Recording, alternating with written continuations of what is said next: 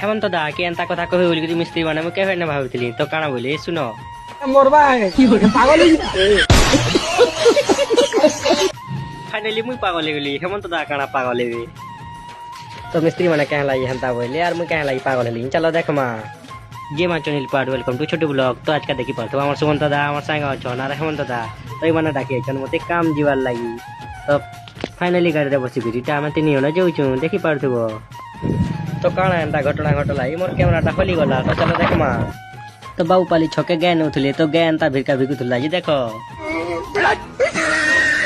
मुझे कैसे भी करके निकाल मेरे भाई मैं फंस हेतिलाई मोर कैमरा हली गला तो फाइनली आमे हेनु पोले आइलु फाइनली आमे पहुंची करी सुमंत दास आए बैल दुहारु छो तो देखि परतो सुमंत दा बैल रा धरि जो छो तो हेमंत दा देखि परतो इटा नउथिले तो देखमा जो इटा केते पन नउछन जी तो भाई 1 2 3 4 5 6 7 8 9 पट तो भाई मोर मूड तो पूरा खराब हो गला फाइनली बैल दुहारी करी मसला सानी छो तो मैं केंदा सानमी जे देखो फाइनली मसला सानी करी मिस्त्री मान को दउ जे मुई तो इटा हम जुडु चुन देखि पारछबो तो फाइनली काम सारी करी इटा हम जो सुमंत दा आर मुई तो सुमंत दा हाई टी करो लाइक हेला टी करो तो लाइक देखि चन बोले लाइक करवार के पड़वा और कमेंट करो वीडियो केंदा लागला जी।